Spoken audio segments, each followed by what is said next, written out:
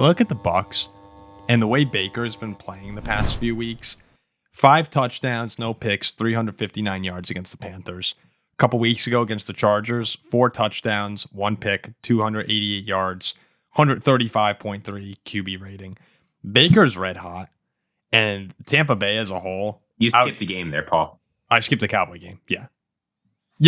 2 weeks. Yeah, you skipped the game. You lost. Yeah, he lost, but I mean, I think he's still playing very good football right now. The Bucs have won what 1, 2, 3, 4, 5 of 6. They're gonna beat the Saints. It'll be 6 of 7. Jack and I were mentioning this right before the show started. The loser of the Vikings Lions game is probably going to Tampa Bay, of all places. Unless if the Rams lose, Tampa would go to the 3. You're probably going to the Buccaneers. That's a really tough game. And the Buccaneers remember, they're the team that beat Detroit earlier this season. So they've done it. And they've been, who else did they play? They had, who are the other crushed teams here? They crushed the Eagles. That was it. They crushed the Eagles. They took the Chiefs to overtime. Like this Bucs team, they beat the Commanders badly in week 1.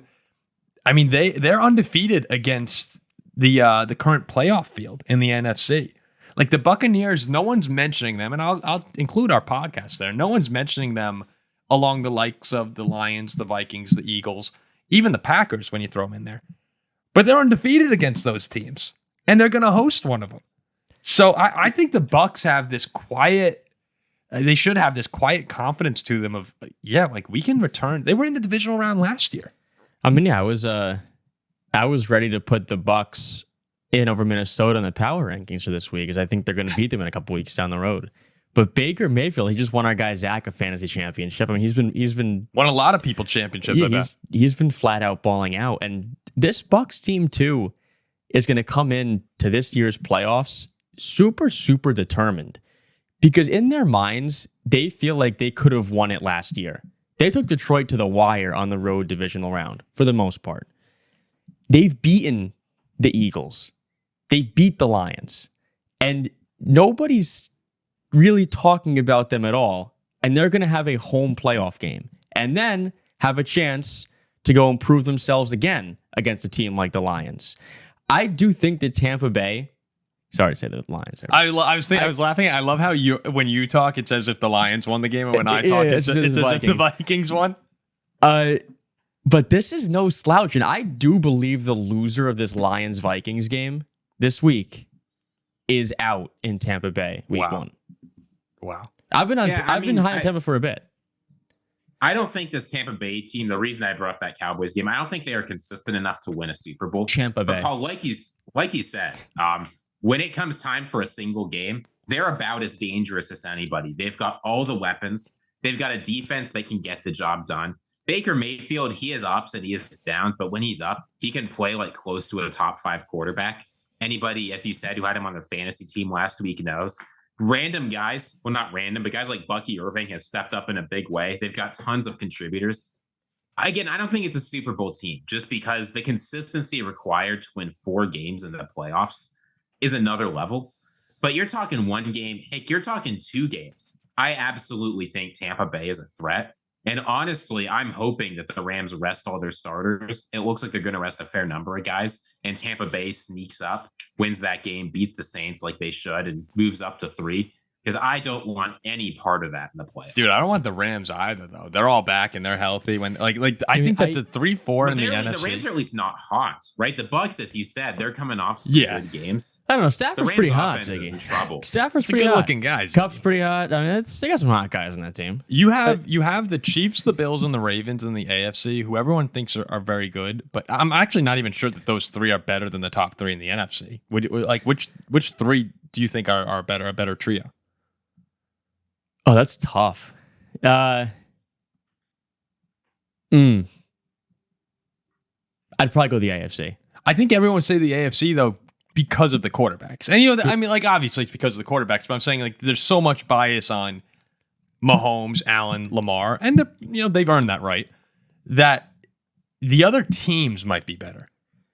You know what I mean? Yeah, I mean, it's like super. Like that, it's that tough Bills defense, Ravens defense have had a lot of problems. The Vikings defense is one of the best in football all year. It's tough to pick. It's very hard, but the depth of the NFC is better than the depth of the AFC. 1000%. Yeah. And it's like you get all these high profile quarterbacks make you say like, oh, it's a more dangerous conference, but I think the NFC path to the Super Bowl is probably more difficult. So let's say the Seahawks beat the Rams this week, right? And the Bucs take care of business against the Saints. They flip.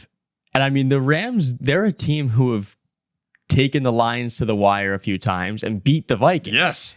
So, yeah, I mean, either the loser of this Lions-Vikings game I'd be really, really, really upset. That's why I was rooting for the Falcons so badly, is because I don't want any part of Tampa Bay. I think we go in. I think the Vikings, if we lose to Detroit, I think we go in and take care of the Falcons. I think the Lions go in and take care of the Falcons. Yes.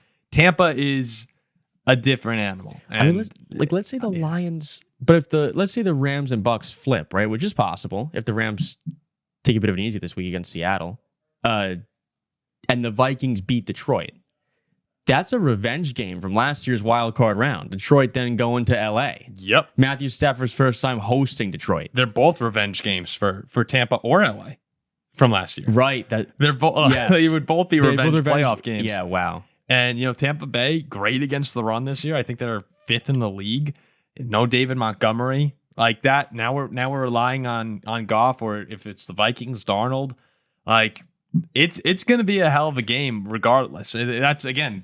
To return to the Vikings-Lions, you could be looking at an NFC Championship game appearance versus a first-round elimination based on this. I'm viewing this as a playoff game for the Vikings-Lions. It is. It has that feel. 100%. It's but given that you get a bye if you win, it really is a playoff game. Yeah, because you skip a playoff game the next week. Yeah, exactly. That's a great point, Ziggy. And I do expect this is a week 18 preview show, but I feel like at this point in the season, Week 18 is extending into the playoffs. Yeah. The Bucs should beat the Panthers. The Falcons have the opportunity. Saints. I'm Saints. sorry. I'm sorry. I was looking at a Week 17 there. The Bucs should beat the Saints, and then I do expect the Falcons to beat the Panthers, but that would leave Atlanta out of the playoffs due to losing to the Commanders this week. So it's going to be a fun race as we go along here. Let's see what's next on the docket. Real quick, like a minute on this. I was just thinking about the you guys are gonna be so mad that I even mentioned this. But after watching the Lions and the 49ers on Monday Night Football, I was just thinking a little bit about, how Darnold's extension's been brought up, and now, Brock Purdy is someone who's going to also be needing a new contract soon. I don't think you can give him $50 million. Like, you just can't. At some point, we need to draw lines, right, in the sand and say, hey, we got to build the team. We can't give every quarterback $50 million. That's a freaking fortune. Oh, he has played. He's been in the Super Bowl. He's been in the Super Bowl twice or once. Once or twice. Twice, right? Not once. Once. Garoppolo's in the other one. NFC chip once. That's a lot. Yeah, I'd probably say no to that as well. What about you, Ziggy? Purdy, are you giving him the bag he wants? He's going to get paid more than $50 million a year. When Josh Allen signs his extension at $70 million a year, the Brock Purdy deal is going to look like a steal. You think Josh Allen's getting $70 million? I think he's getting $70 million a year when he re-ups. Yeah. Holy crap! Good lord, this is nuts. He's a one-man offense.